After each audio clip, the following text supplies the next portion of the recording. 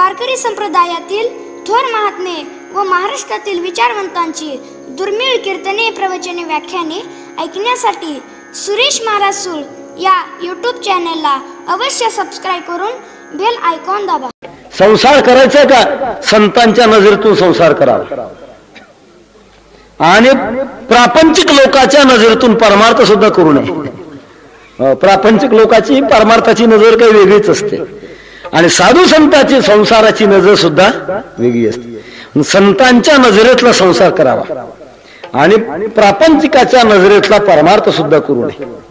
जगद्गुरु तुकाराम महाराज म्हणतात असं वागा. ज्ञानोबाला म्हणतात विधियुक्त अशा प्रकारचं जीवन जगत असाल तर योग्य अशा प्रकारचा आहे, तरच या रस्त्यानं जाल.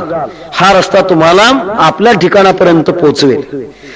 तुकाराम महाराज म्हणतात ज्या वेळेला लोकांमध्ये असा संभ्रमाचा काळ येतो त्यावेळेला आम्हाला यावं लागतं आणि रस्ते हे झाडावे लागतात.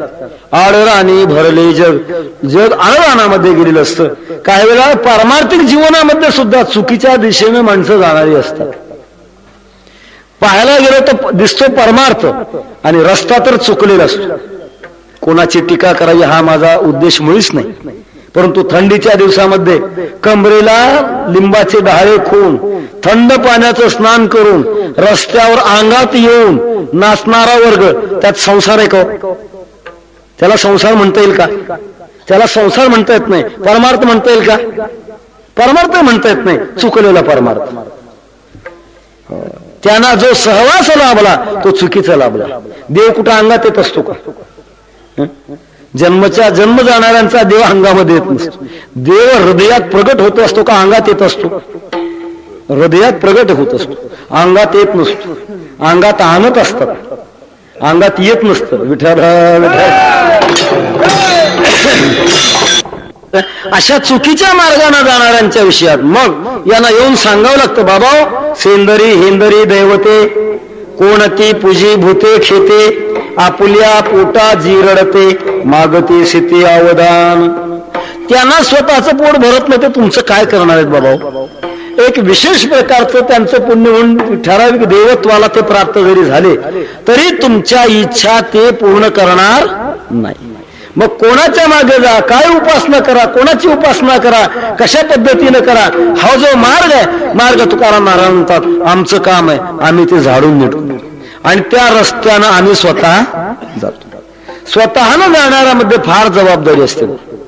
ज्याला समाजाचं नेतृत्व करायचं आहे त्याच्यावर एवढी जबाबदारी आहे की तो मनुष्य कसा वागतो, कसा बोलतो, कसा चालतो याच्याकडे लोकांचं लक्ष लागलेलं असतं आणि त्याच्या आचरणामध्ये थोडं जरी चूक झाली तर त्याचा भयानक समाजावर परिणाम होतो.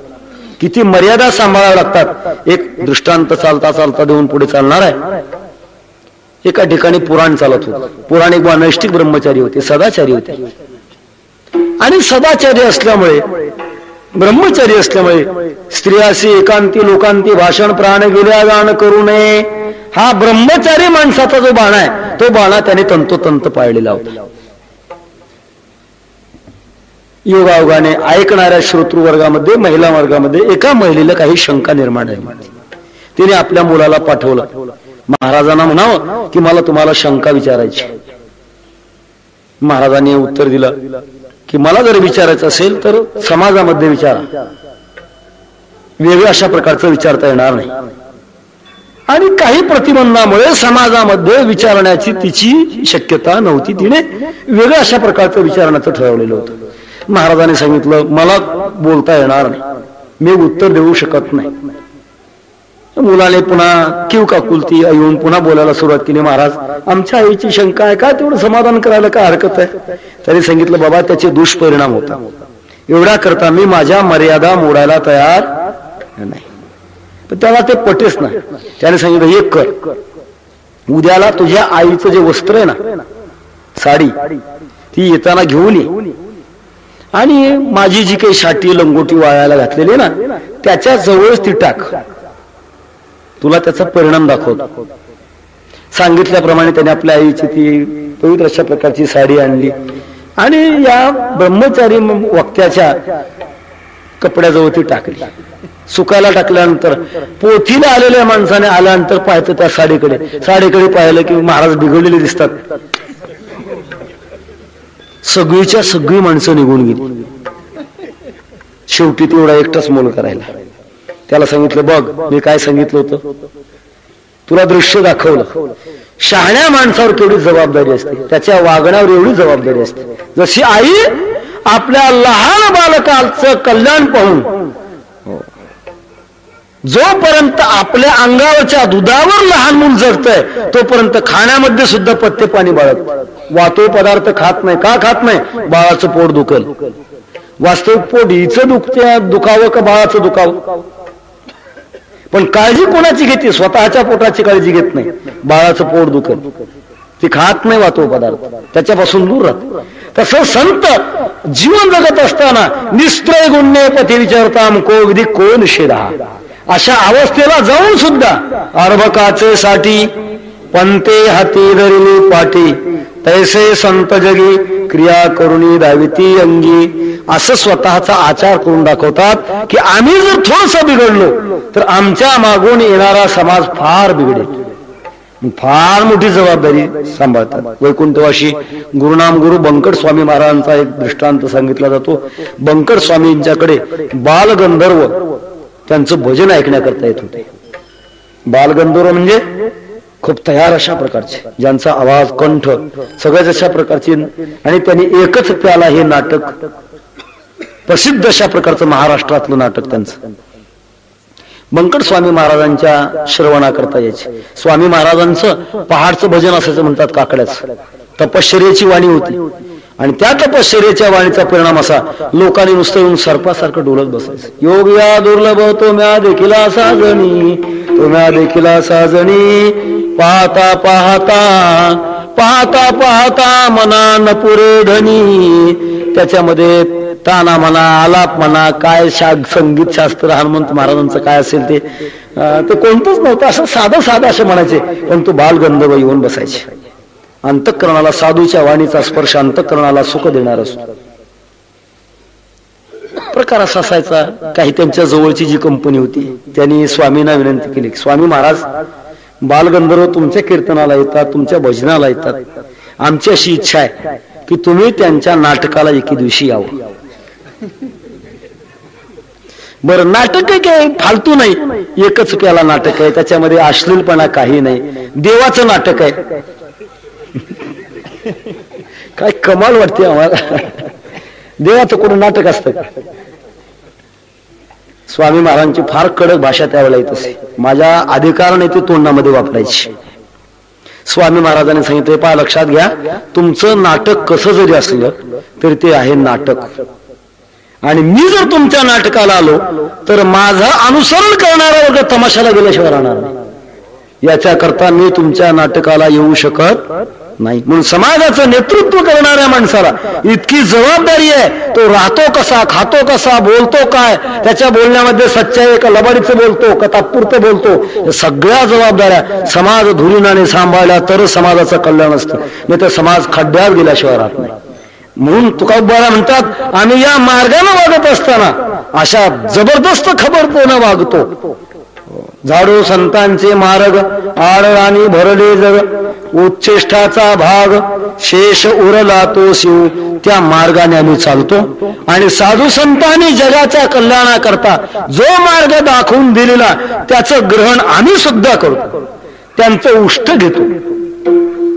काही संप्रदायामध्ये, गुरुशिष्य संप्रदायामध्ये उष्ट खाण्याची तमोगुणी प्रवृत्ती आहे.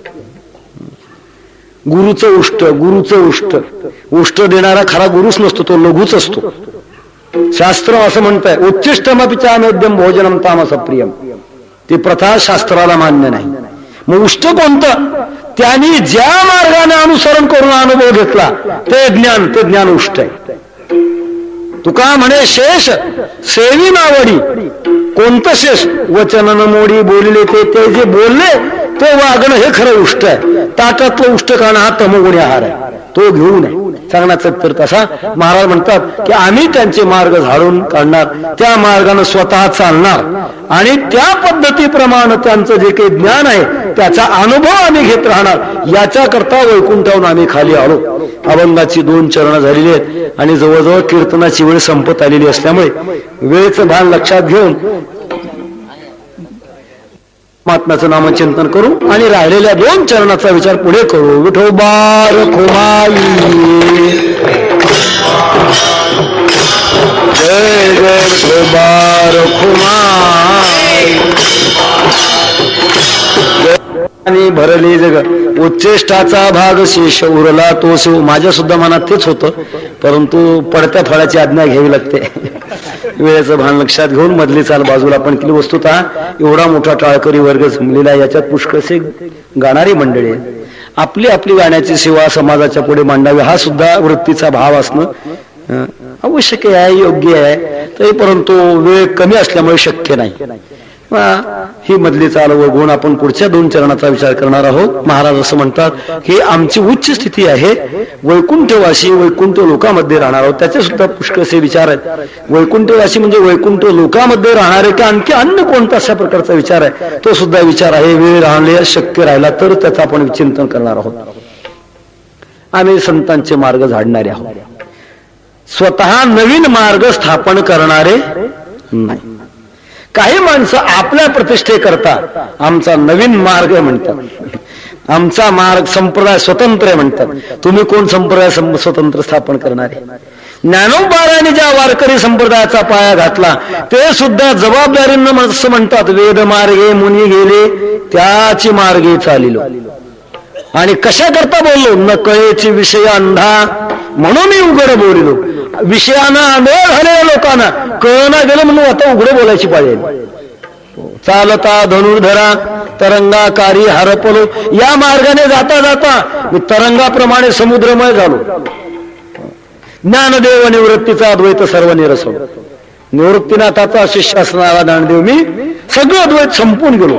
परंतु या रस्त्यानं चाललो. मात्र जो ऋषी महर्षींनी मार्ग दावून दिला त्याच रस्त्याने आम्ही चाललो. कोणीही मार्ग स्थापन करू शकत नाही.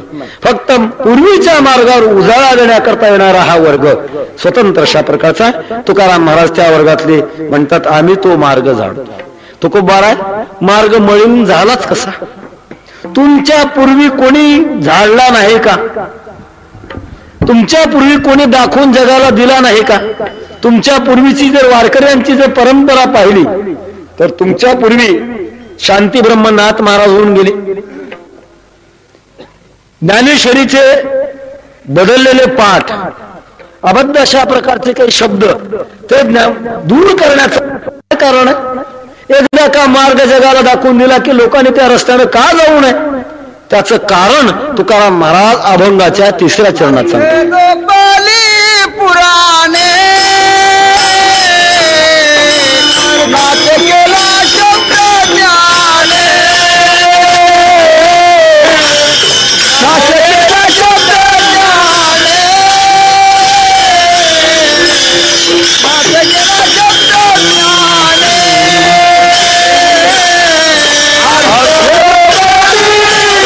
ज्ञाने, नाश केला शब्द ज्ञाने, अर्थ लोपले पुराणे, नाश केला शब्द ज्ञाने. नेतृत्व करत असताना काही मंडळी समाजात 3 प्रकारच्या लोकांना प्रतिष्ठा मिळत असते. संपत्तीनं आणि सत्तेनं युक्त असणाऱ्या माणसाला समाजात प्रतिष्ठा मिळते, विद्वत्तेनं युक्त असणाऱ्या माणसाला समाजात प्रतिष्ठा मिळते, आणि भक्ती ज्ञानाचा अनुभव असणाऱ्या संतांना समाजामध्ये प्रतिष्ठा मिळते. 3 जणांना प्रतिष्ठा मिळते. पहिलं संपत्ती आणि सत्ता असणाऱ्या लोकांना प्रतिष्ठा मिळते. धनवंता लागी सर्व मान्यता हे जगी, सर्व ही मानिती वचन. धनवंत पुरुषाला घरातली माणसं म्हणतात, बाहेरची माणसं म्हणतात. यस्यास्ति उत्तम सनरः कुलीनः सपंडिता सश्रुतिमान गुणज्ञः सएव वक्ता सचदर्शनीयः सर्वे गुणाः कांचनमाश्रयन्ते.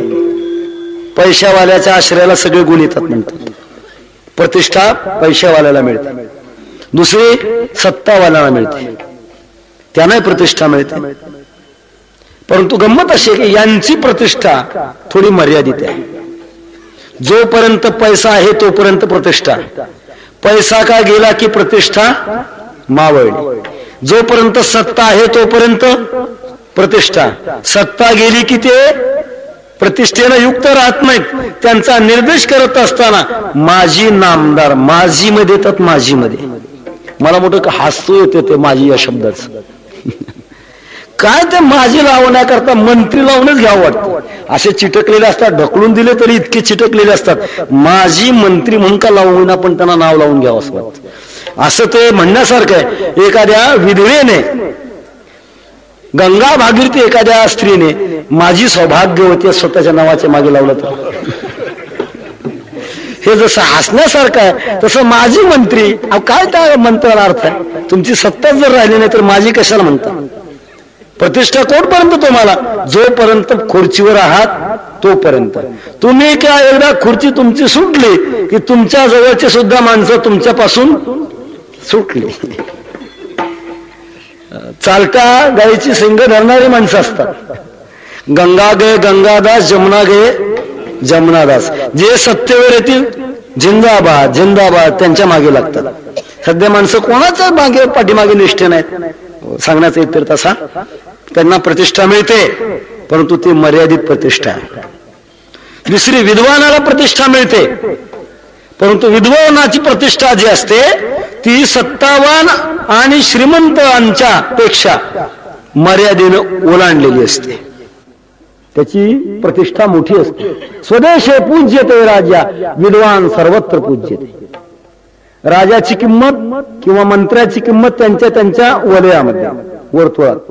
परंतु विद्वानाची किंमत, विद्वान कुठे जाऊ द्या, अरण्यामध्ये गेला तरी त्याला किंमत, या देशात असला तरी किंमत, परदेशामध्ये गेला तरी किंमत. नारदांना किंमत संतांच्या सभेमध्ये होती आणि राक्षसाच्या सभेमध्ये गेली तरी त्यांना किंमत होती. आता नारदांचं माप वेगळं आहे की विद्वत्तीमध्ये बसतं असं नाही, पण त्यांचं उदाहरण एकदम अचानक लक्षात पुढे आलं म्हणून मी बोललो. विद्वानाला किंमत फार मोठी असते आणि याच्याही पेक्षा संतांची किंमत फार मोठी.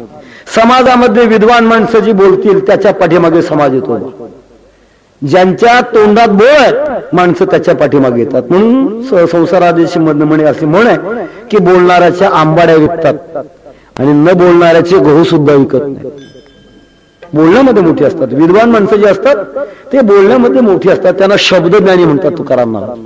या शब्दज्ञानी माणसाने खऱ्या अर्थानं समाजाचा घात केला म्हणतात. हे शब्दज्ञानी माणसं आपल्या पोटाकरता, तुकाराम महाराजांचे शब्द, शब्दज्ञानी करीती चावटी, लोकाला फसवतात, गोडगोड बोलतात आणि गोडगोड बोलून त्यांच्या भावनेचा गैरफायदा घेतात.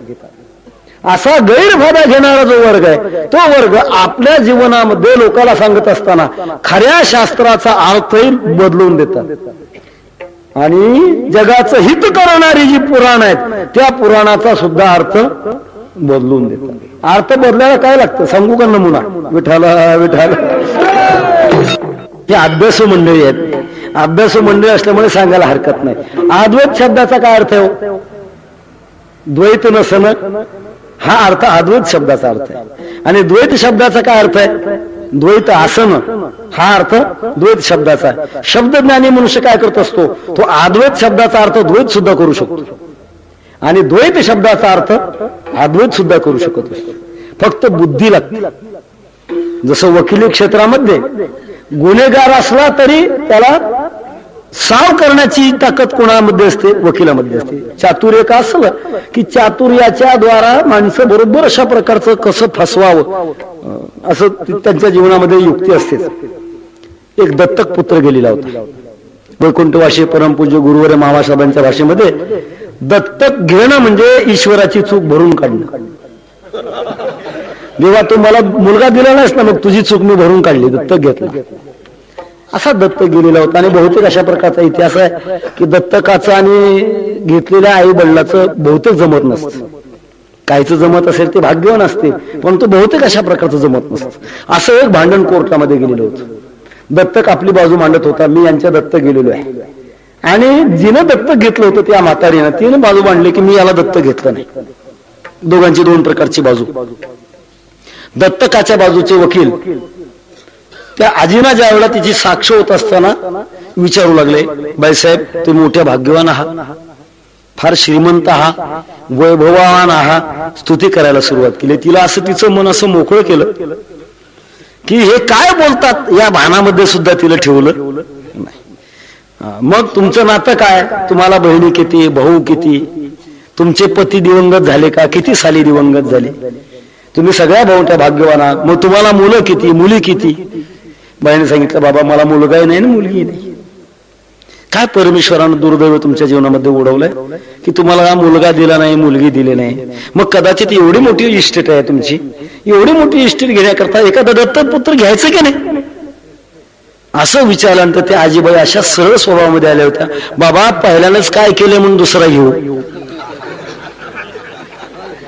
याचा अर्थ पहिला तो दत्त भांडणारा दत्तक साबित झाला. बुद्धिवान माणसं असली की कसं कोणाला अडकवावं हे नक्की त्यांना कळत. मी अद्वैत आणि द्वैत या शब्दाच्या विषयात सांगतो की शब्दज्ञानी अद्वैत शब्दाचा अर्थ द्वैत करतात. द्वे भाव इति यस्मात् तत् अद्वैतम, द्वैतम ज्याच्यातलं द्वय गेलेलं आहे त्याला द्वैत म्हणायचं, आणि ज्याच्यातलं द्वैत न या शब्दानं न होत असतो अर्थ त्याला अद्वैत म्हणायचं. अद्वैताचा अर्थ द्वैत होतो, द्वैताचा अर्थ अद्वैत होतो. शब्दाच्या कोलांट्या करण्याकरता बुद्धी का असली की शब्दाच्या कोलांट्या उड्या चालतात, परंतु गंमत अशी होते की जगाचं वाटोळ होतं. एवढ्या करता शब्दज्ञानी माणसापासून सावध राहिलं पाहिजे.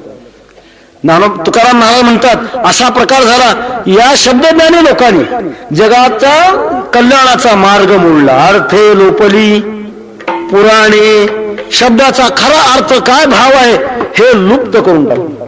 नाश केला शब्दज्ञाने, शब्दज्ञानी माणसाने जगाचं वाटोळ केलं. आणि याच्याही पुढे जाऊन विषय लोभी मने साधने ही बुडविली. जे वरच्या वस्त्रानं पारमार्थिक झाले परंतु आत मात्र तुकाराम महाराजांच्या भाषेमध्ये सांगायचं ठरलं, आंतरी विषयाचे लागले पैपिसे, बाहेरल्या विषय भुलवी लोका. आत विषयाचं पिसं लागलंय परंतु बाहेर मात्र लोकाला भुलवतो. असा जर असेल महाराज म्हणतात याच्यामुळे जगाला धोका होतो. विषय लोभी म्हणे साधने ही बुडविली. त्याचा परिणाम कोणता मार्ग खरा आहे कोणता मार्ग खोटा हे जगाच्या पुढे राहिलं नाही. त्यावेळेला मग मात्र आम्हाला अवतार घ्यावा लागतो. मग आम्ही काय करतो, यांच्या समोर येतो आणि समोर आल्यानंतर शब्दज्ञानी माणसाचा पहिल्यांदा मुकाबला करतो. त्या काळाला शब्दज्ञानाचं भांडार ज्यांच्याकडे भरलेलं असे धर्ममार्तंड रामेश्वर भट्ट होते.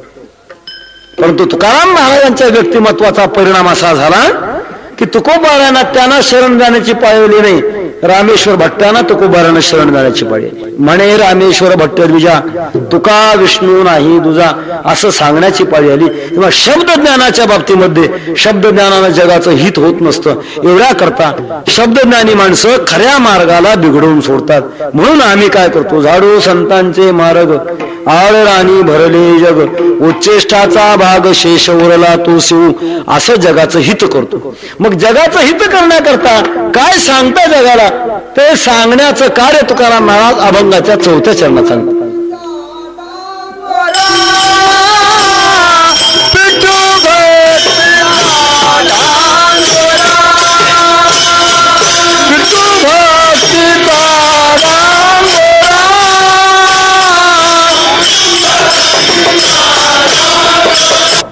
काय सांगतो, योग करण्याचं सांगतो, कर्म करण्याचं सांगतो का ब्रह्मज्ञान मिळवायचं सांगतो.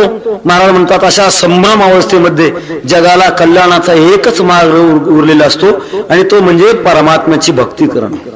आणि त्या भक्तीचा डांगोरा म्हणजे मोठ्यानं जी गोष्ट बोलली जाते दौंडी, दौंडी आम्ही जगामध्ये कुठवतो की तुम्ही हीच भक्ती करा.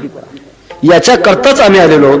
भक्ती हा मार्ग परमात्म्याच्या खऱ्या प्राप्ती करता आहे, जीवनाच्या खऱ्या कल्याणा करता आहे. स्वल्प वाटे चला जाऊ, स्वल्प वाटे चला जाऊ, आणि तुम्हालाच जा मग असं म्हणतो असं नव्हे. काही वेळा मार्गदर्शक असे असतात लोकांना सांगतात हे तिथंच असतात. रस्त्यावर काही बोर्ड असतात, कळम 10 किलोमीटर, ज्याच्यामुळे ज्ञान होतं ते जागेवरच असतात, ते मात्र जागा सोडत.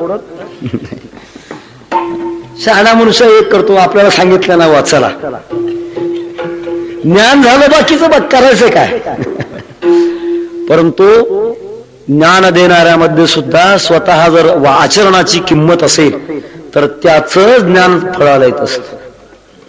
हे जडाकडनं होणाऱ्या संसारातल्या ज्ञानाचा मी भाग सांगितला, परंतु ज्या ज्ञानाची चैतन्याची प्राप्ती ज्या ज्ञानाने होते असं ज्ञान ज्यांच्याकडून यायचं आहे ते सुद्धा ज्ञान पवित्र अशा प्रकारच्या भांड्यातून आलं पाहिजे. ज्ञानोबा म्हणतात गंगोदक जरी झाले तरी मध्य भांडे आले, ते घेऊन ये, काही केले विचारी पा. गंगेचं उदक झालं पवित्र अशा प्रकारचं, आणि पहिली ज्या भांड्यामध्ये दारू होती त्याच पात्रामध्ये आणलं. घ्यावं का ते? ज्याने आपल्या जीवनामध्ये काही अनुभूती त्याच्यात मिळवलेली आहे, काही अधिकार मिळवला, काही सेवा केलेली आहे, अशा प्रकारच्या जीवनातूनच घ्यावं म्हणून तुकाराम महाराज म्हणतात आम्ही सुद्धा तुमच्या बरोबर चालतो. स्वल्प वाटे चला जाऊ, कोणत्या भक्ती मार्गाने जाऊ? हा भक्ती मार्ग सर्वांना सोपा आहे. इतर साधने फळकामध्ये ती पुनरपी आणि ती गर्भवासा, बाकीच्या साधनाच्या मार्गाला लागू नका. हा सोपा मार्ग आहे. शहाणी माणसं या मार्गाने चालतात.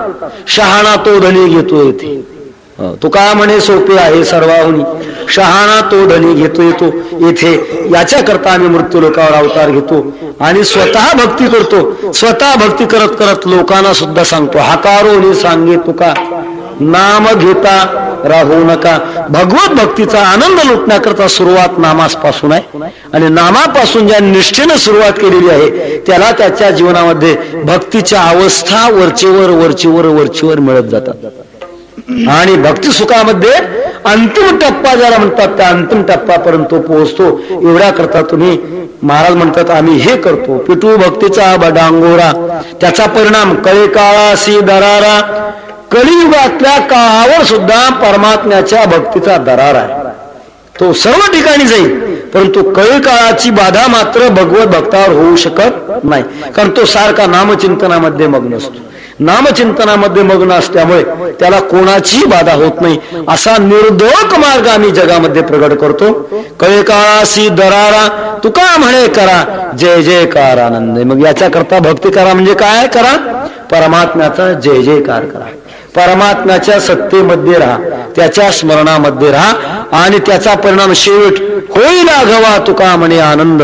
केवळ आनंदमय जीवन बनेल. अजर आणि अमर अशा प्रकारचा जो आनंद आहे तो आनंद म्हणजे परमार्थानं जाण्याचं श्रेष्ठ अशा प्रकारचं गंतव्य स्थान. त्या स्थानाकरता आम्ही येतो आणि आल्यानंतर हा आमच्या जीवनातला उद्योग आहे तो आम्ही करतो. ज्ञानेश्वर माऊली ज्ञानराज माऊली तुकाराम.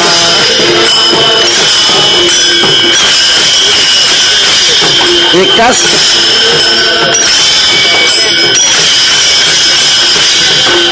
ज्ञानेश्वर माऊली जय जय ज्ञानेश्वर माऊली ज्ञानराज माऊली तुकाराम. जय जय ज्ञानेश्वर माऊली ज्ञानराज माऊली तुकाराम. जगद्गुरु तुकाराम महाराजांच्या सदैव वैकुंठ गमनाच्या निमित्तानं हा समारंभ होतोय. त्याकरताच हा आपण अभंग निवडलेला आहे. आणि महाराज म्हणतात आम्ही वैकुंठामध्ये राहणारे आहोत, आणि जात असताना सुद्धा ज्यावेळा काम संपतं त्यावेळा देवाला प्रार्थना करतो. शोधिताचे नाही मनवण्या ठवितो पाये, आता दिसू नये जना ऐसे करी नारायण देवा. आता आमचं काम संपलं, आणि काम संपल्यामुळे आम्हाला जगात राहायची इच्छा राहिलेली नाही. त्यावेळेला स्वतः भगवान परमात्मा गरुडाचं विमान घेऊन इथे येतात. तुकोबारानं म्हणतात नाभी नाभी भक्तराया वेगी पावलो सखया. तुकाराम महाराज भिवू नका, कळी काळामध्ये तुम्हाला घेऊन जाण्याकरता मी स्वतः आलेलो आहे. आणि स्वतः भगवान परमात्मा येतात. जगद्गुरु तुकाराम महाराजांना आल्याची सूचना मिळते. दिव्य लख अशा प्रकारच्या तेजोवलयामध्ये भगवान पांडुरंग परमात्मा वैकुंठाहून येतात आणि आल्यानंतर महाराजांच्या पुढे उपस्थित होतात. तुकाराम महाराज देहभान विवर्जित होतात. आणि अशा अवस्थेमध्ये जिने आपली जन्मभर संगत केली, जिच्यामुळे आपलं पारमार्थिक जीवन कडेला गेलं, त्या जिजामातेला असं म्हणतात यायचंय काय? परमात्मा वैकुंठावरून आपल्याला घेऊन जाण्याकरता आलेले, यायचंय काय? जिजामातावर मोठी जबाबदारी होती. त्यांनी सांगितलं तुमचा देव आणि तुमचं वैकुंठ तुम्हालाच लखला. मळेस वेळेला झाली आहे म्हणजे वैकुंठाला यायचं का? जिजामातेनं ज्या वेळेला कारण दाखवलं त्यावेळेला तुकाराम महाराजांना वाईट वाटायला लागलं. संसाराकरता कष्ट करता, हा जन्म संसाराकरता नाही. तुकाराम महाराजांनी जिजामाते करता एक अभंग लिहिला. देव पहावया करियो सायास नदरी हे आस नाशिवंत. ह्या नाशिवंताकरता जगू नकोस, देवा करता जग. एवढा अशा प्रकारचा सुंदर एक अभंग जिजामाते करता दिला. आणि तुकाराम महाराज देहासह परमात्म्याच्या विमानामध्ये बसून अंतकाळी विठोबा मासी पावला कुडी सहित झाला गुप्त तुका. हा दिव्य चमत्कार जगद्गुरु तुकाराम महाराजांनी करून येणाऱ्या फाल्गुन वद्य तिथीला 350 वर्ष पूर्ण होत आहेत. आणि त्या निमित्ताने संपूर्ण महाराष्ट्र परमार्थाच्या ज्ञानानं तेजोवलयामध्ये येतोय. चांगल्या संस्काराची गरज आज जगाला आहे. आपण मोठे भाग्यवान आहोत. तेव्हा वारकरी संप्रदायातलं खरं काय जीवन आहे, हे जीवन कळण्याची संधी या नाम सप्ताहाच्या द्वारे आपल्याला साहेबांनी आणून दिलेली आहे. हा एक फार मोठा चांगला असा सुयोग आहे. वारकरी संप्रदाय म्हणजे धडक संप्रदाय आहे. याच्यामध्ये कुठल्याही प्रकारचा बारकावा नाही, कुठल्याही प्रकारची गुप्तता नाही. तुकाराम महाराज म्हणतात मोडून या वाटा सूक्ष्म दुस्तर केला राज्यभार चालायचा. सर्वांनी या मार्गाने चालावं. महाराजांच्या काळाला अशी परिस्थिती होती. काही शाक्त मंडळी होती. शाक्तांचं निरसन तुकाराम महाराजांना करावं लागलं. काही गुरु शिष्य परंपरा माळगणारी माणसं होती. कान फुंकी परंपरा अजूनही सुद्धा काही काही ठिकाणी ते चालतंय. तुकाराम महाराज म्हणतात नेणे फुंको कान नाही एकांतीचे ज्ञान. कान फुंकणं वारकऱ्यात जर असेल तर मी त्याला वारकरी म्हणणार नाही. वारकऱ्याने कान फुंकू नये आणि कान फुंकून घेऊ नये. काय काय परंपरा आहे आमच्या उस्मानाबाद जिल्ह्यामध्ये दुर्दैव आहे. अशा काही परंपरा आहेत. ते असं म्हणतात गुरुकडे गेला, गुरुनं कान फुंकले की देहाचा झाला उद्धार. देहाचा उद्धार व्हायचा का तुझ्या जीवाचा उद्धार व्हायचं तुला तरी कळावं. गुरु आपले दक्षिणा उकळतात, त्यांचं काम झालं, त्यांना करायचं काय? शिष्य खड्ड्यात जाऊ अगर मातीत जाऊ. अरे एवढं सोपं आहे का? इतकं जर सोपं असलं तर भगवंताने बहुनाम जन्मनामंत ज्ञानवान नाम प्रपद्यते वासुदेव सर्वमिती समहात्मा सुदुर्लभा. त्याच्याकरता तपश्चर्या करावी लागते. त्याच्याकरता काही पूर्व तयारी करावी लागते. घर झाडल्याशिवाय आत स्वच्छ पदार्थ ठेवता येत नाही. अगोदर घर झाडलं का? अशी तुमची ताकद आहे का? असे जर गुरु असतील तर मी त्यांचा शिष्य होण्याकरता केव्हा येत आहे. तरी उद्धार करावा, दाखवावं. तेव्हा वारकरी संप्रदायामध्ये नेणे फुंको कान नाही एकांतीचे ज्ञान. अशा सगळ्या ज्यावेळा भयानक परिस्थिती निर्माण होतात त्यावेळा जगद्गुरु तुकाराम महाराज सारखे संत या जगामध्ये अवताराला येतात. आणि अवताराला येऊन लोकाला म्हणतात उघडा मंत्र जाणा, रामकृष्ण म्हणा, तुटती यातना गर्भवास, मोकळ्या मनानं जा. चोरा चोरी लपालपी इथे नाही. अशा स्पष्ट मार्गाने येऊन त्या मार्गाचं आम्ही पुनर्वसन ज्याला म्हणतात ते पुनर्वसन करतो.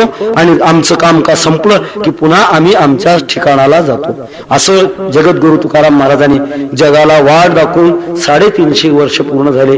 तुकाराम महाराजांच्या जीवनाचा अभंगवाणीचा प्रकाश अजूनही पडतो. प्रत्यक्षात रामाच्या अवतारापेक्षा सुद्धा तुकारामांचं कार्य फार मोठं आहे. जगद्गुरु तुकोबारायांचं कार्य त्याहीपेक्षा मोठं आहे. प्रभू रामचंद्राने वानर सेना लंकेला नेण्याकरता सेतू बांधला, त्यांच्या नावावर बांधला गेला. परंतु त्यांचा सेतू आज मात्र पाहायला मिळत नाही. तुकाराम से दो नाम एक अंग, उनका सेतू भंग वया इनका सेतू अभंग.